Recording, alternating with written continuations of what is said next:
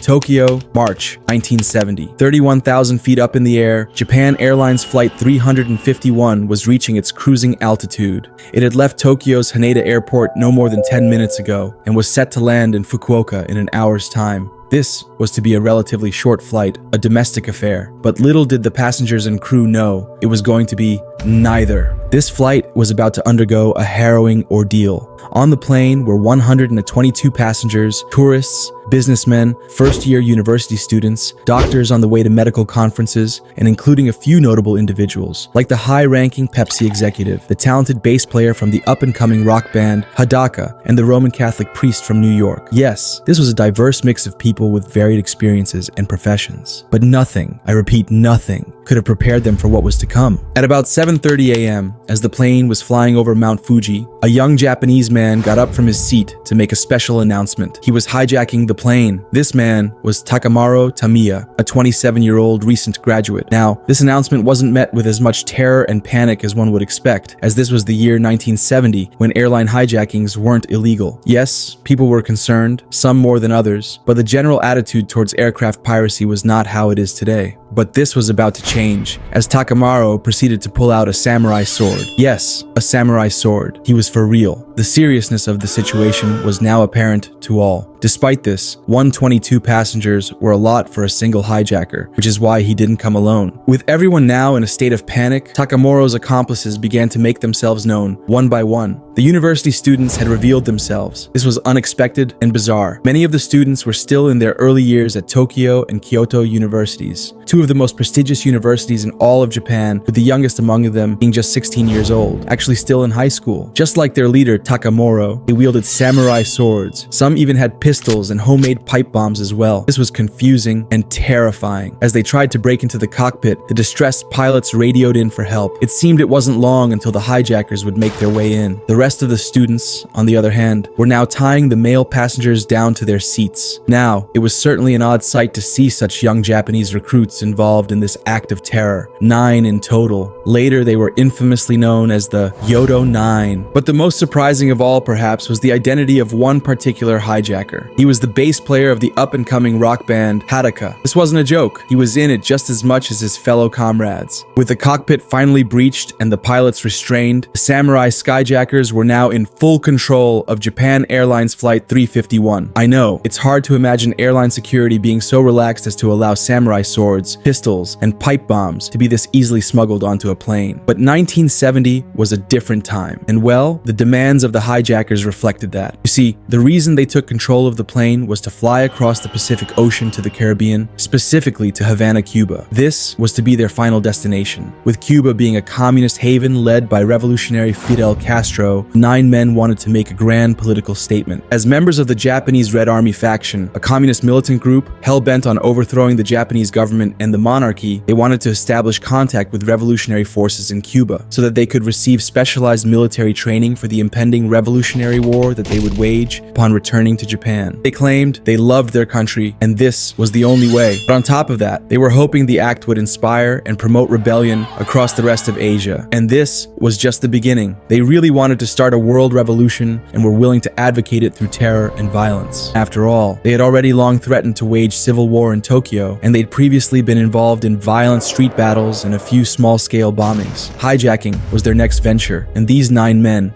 young men, were the front runners. They'd been targeted and scouted from leftist student groups from universities and were now ready and willing to give everything to the cause. And yes, this included the bass player of the rock group Hijackers. Perhaps it was this very youthful inexperience and overconfidence that led to the first lapse in judgment, which, awkwardly enough, had to be explained to them by the pilot. You see, it was just not possible for the plane to make it all the way to Cuba, not even close. Why? Well, Japan Airlines Flight 351 was a Boeing 727 airliner, which was designed for short to medium-range flights only, not for one making its way halfway across the world in a single trip. The plane was simply not constructed to cross the Pacific, much less to Cuba. And this was shocking to the hijackers, as they simply hadn't expected this turn of events. They needed a plan B fast, one that involved an alternate destination. But well, even that appeared to be out of the question. As the pilots quickly informed them of an even more pressing concern, the plane was running out of fuel. They only had enough for the original destination, Fukuoka. Now, Takamaro had to think on his feet. Time was ticking. If they had to land in Fukuoka, then they'd land in Fukuoka, but on their terms. Now, it was about this time that the Japanese Ministry of Transport received word of the hijacking and was entrusted with the task of ensuring the safety of all of the passengers. A member of the department, Vice Minister Shinjiro Yamamura, would directly oversee the hostage recovery efforts. Of course, word also got around to the news outlets, who quickly reported on the incident live. This was the first for Japan, as never before had they experienced a hijacking of an airplane. This shocked and horrified the entire nation. At 9 a.m., Japan Airlines Flight 351 touched down at Fukuoka Airport, where they were met by a horde of spectators and members of the media. The authorities wasted no time in surrounding the plane as they readied themselves for the eventual standoff. With 129 hostages on board, 122 passengers, and 7 crew members, the hijackers felt that they had the upper hand. As Yamamura and the authorities prepared themselves, the negotiations began. For the next few hours, the two sides went back and forth, both unwilling to budge, with Takamaro threatening to kill every last one of the hostages if his demands weren't met. This was an intense negotiation with a lot at stake, but eventually an agreement was reached. So the deal was to release 23 of the passengers in exchange for more fuel, but it had to be enough fuel to get them to their new destination.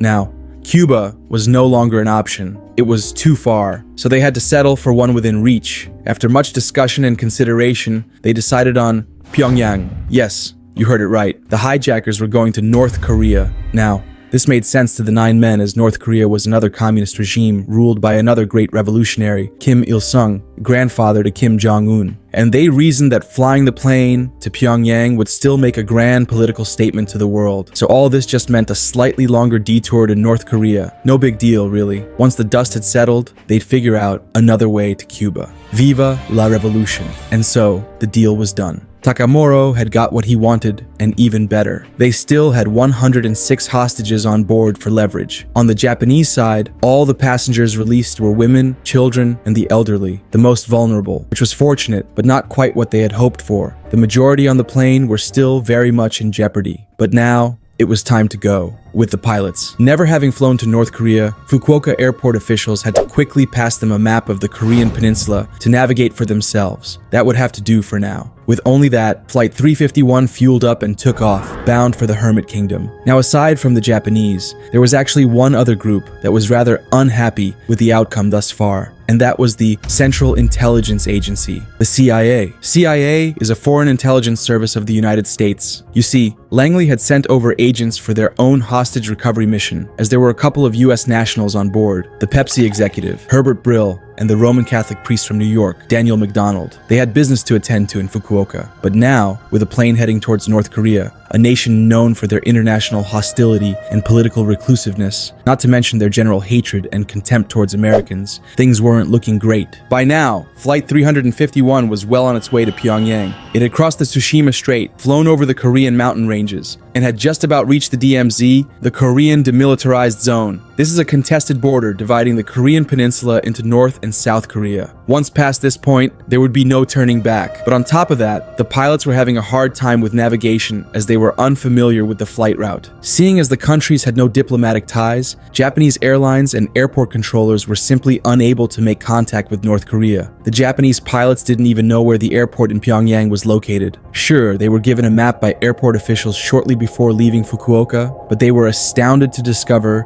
that it was just a basic line map taken from a junior high school textbook. It had little to no detail, certainly no aviation map. The airport officials understandably had little time to prepare, but this was ridiculous. So there was no way they could actually fly to North Korea using this map. Moreover, the North Koreans had no idea that they were even coming, a major cause for concern. It's common knowledge among pilots that the airspace above the DMZ is a no-fly zone, with a long-running formal agreement that any aircraft entering could be shot down. If this were to happen, it would surely precipitate an international incident. As such, the pilots tried desperately to make contact with the Pyongyang control tower, attempting to warn them of their unique circumstances.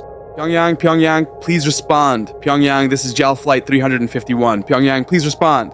Nothing. The pilots frantically warned the hijackers of the potential fiery end they could meet if they were to fly any further. But Takamaro insisted they continue. He was steadfast in their revolutionary mission, even proclaiming that North Korea was no threat to them, as he would personally recruit Kim Il-sung to the Japanese Red Army if need be. And so, the pilots had no choice. With samurai swords pointing at their necks, and with permission yet to be granted by Pyongyang, Flight 351 entered the DMZ. Moments later, North Korean fighter jets emerged from the clouds, opening fire at the passenger plane. They had entered North Korean airspace, but just like that, it was over. The firing stopped. The pilots realized, well, it must have been warning fire. At that moment, there was a faint response on the radio.